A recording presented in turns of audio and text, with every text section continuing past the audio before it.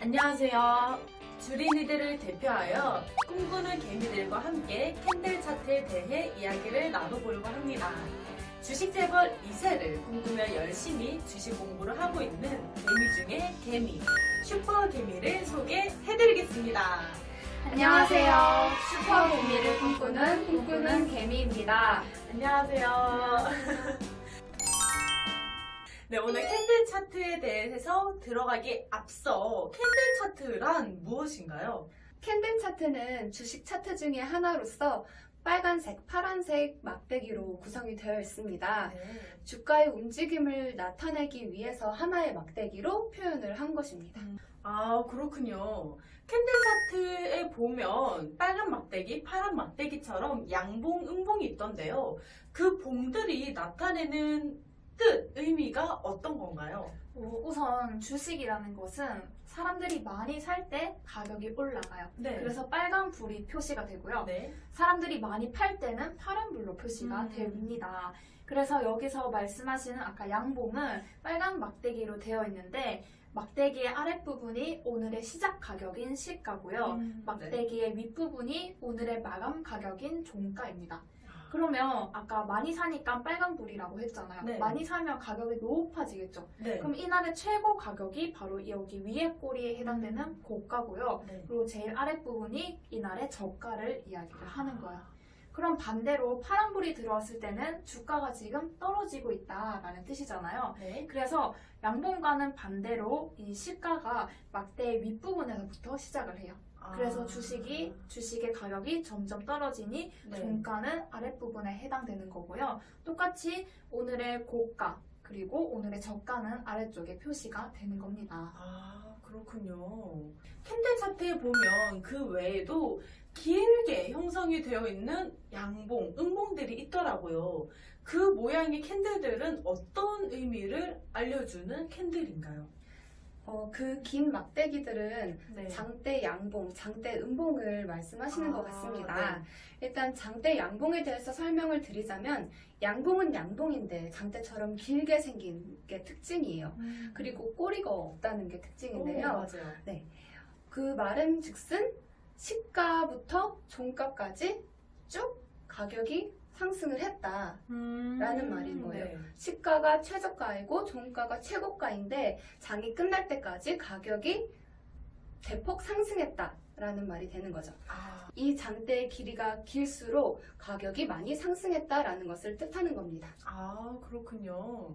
그럼 장대 음봉이라는 것은 하락했다라는 뜻일까요? 네, 맞아요. 장대 양봉과는 정반대로 종가가 밑에 있고 시가가 위에 있는데 네. 처음 시작할 때부터 끝날 때까지 장이 끝날 때까지 가격이 쭉 하락했다라는 의미가 되는 겁니다. 네, 말만 들어도 마음이 좀 아픈 모습이네요. 네, 그리고 캔들 차트를 보면 캔들만 있는 게 아니라 또 그 캔들 사이사이를 지나는 아주 얇고 가느다란 선들이 지나가더라고요. 네. 그 선들은 도대체 어떤 선이길래 모든 차트마다 그렇게 있는 거예요? 말씀해주신 선은 이동평균선을 말씀하신 것 같은데요. 네. 크게는 5일선, 21선, 61선, 121선이 있습니다. 일정한 기간 동안의 주가의 평균값을 수치로 나타내서 차례대로 연결해서 만든 선인데 주가는 매일매일 변동하지만 일정 기간 동안에 일정한 그 흐름이 있기 때문에 이 주기를 보기 위해서 평균값으로 수치를 나타낸 다음에 이 흐름을 보기 위해 만든 차트입니다. 네. 아무래도 120일이 좀 더 그 기간도 길다 보니 그 선이 흘러가는 모습도 더 완만하게 흘러가겠네요. 네, 맞습니다. 그래서 항상 120선이라고 하는 그 선의 색깔이 항상 맨 밑에 있던 게 그런 이유 중 하나겠군요. 네. 그런데 제가 또 캔들 차트를 보면서 아까 음봉, 양봉, 장대 양봉 등에 대해서 설명해 주신 것들은 이해가 됐는데 네.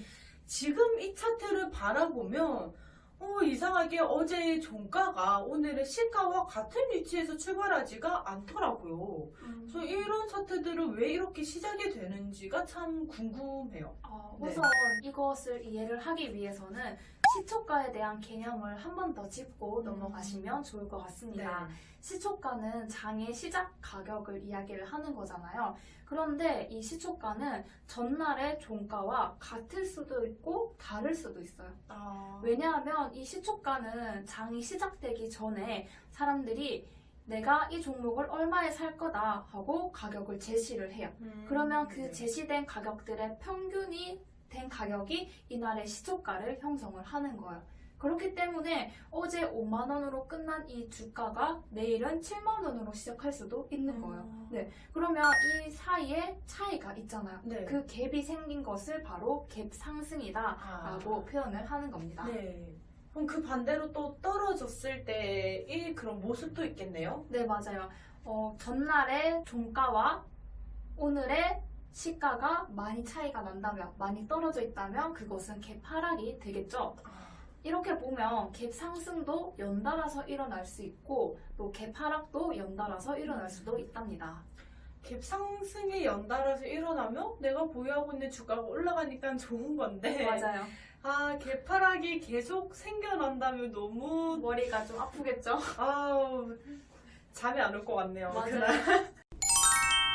저희들이 일상생활을 지내면서 손절했다라는 단어를 종종 사용하는데요.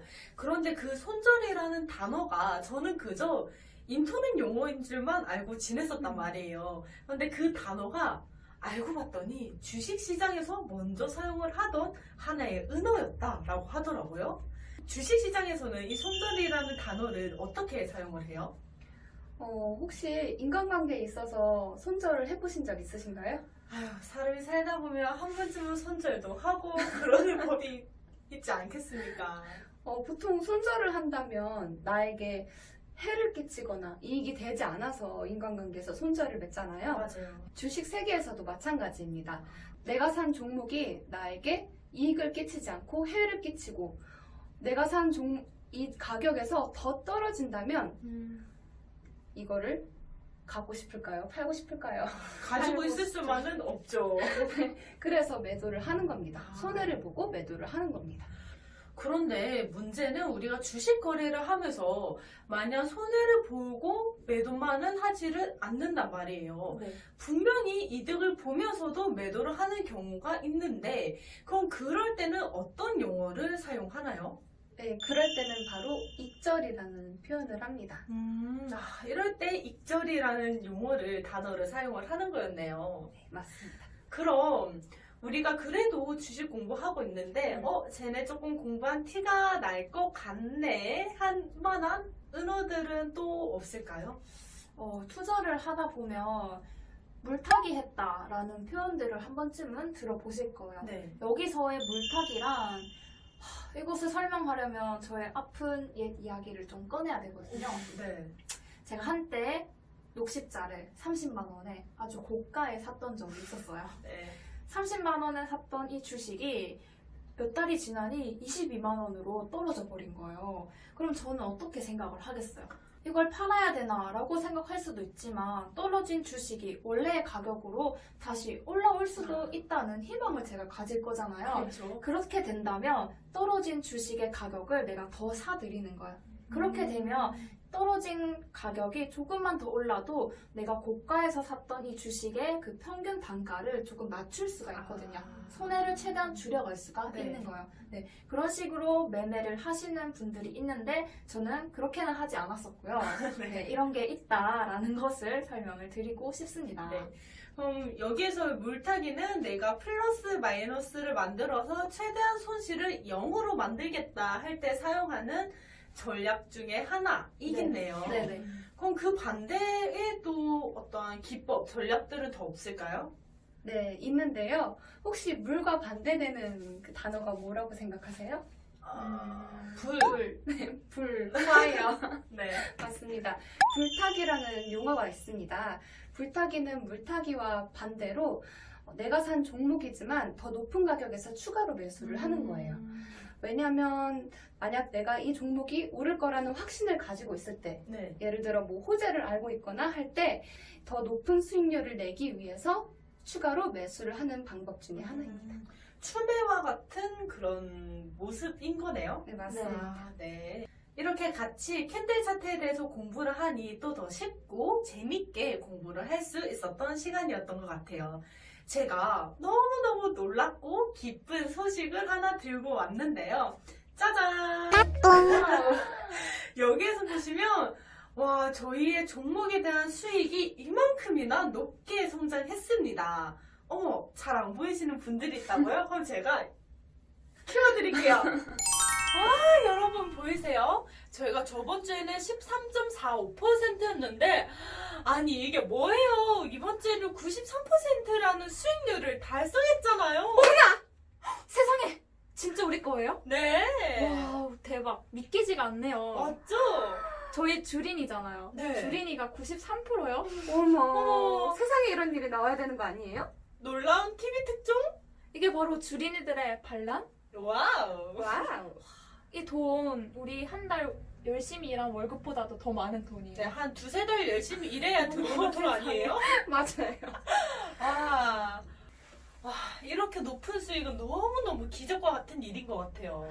맞아요. 진짜 예수님 때에도 오병이어의 기적, 엘리사 때는 기름병의 기적을 보였었는데 네. 와 이거는 진짜 21세기형 맞춤 기적이 아닌가 싶어요. 맞아요. 이때까지의 돈은 갑질의 수단이었다며 이제는 이 돈은 우리가 번 게 아니라 하나님께서 주신 축복이니까 하나님의 의도에 맞게 선한 일을 하는 선정을 베푸는데 사용이 되는 돈이 되었으면 좋겠어요.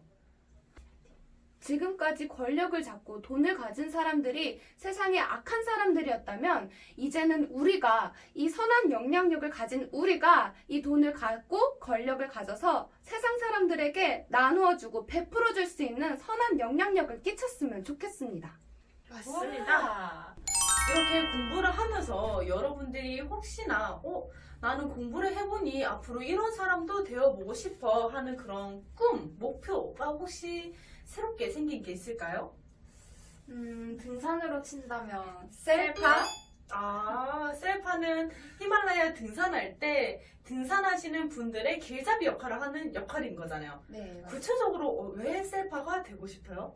히말라야 같은 넘을 수 없을 것만 같았던 돈이라는 산 위에 우리가 베이스 캠프를 세워서 많은 사람들이 이 돈이라는 산을 정복할 수 있는 그런 일을 도와줄 수 있는 역할을 하고 싶습니다. 와, 셀파가 되겠다. 정말 멋진 꿈을 가지고 있는 것 같아요. 이런 꿈을, 이런 마음을 변치 말고 돈에 휩쓸리지 않고 제대로 된 가치를 바라보며 살아갈 수 있는 우리들이 되었으면 좋겠습니다. 그러니 꿈다운 꿈, 제대로 된 꿈 꿈꾸는 개미들이 되셨으면 좋겠습니다. 안녕!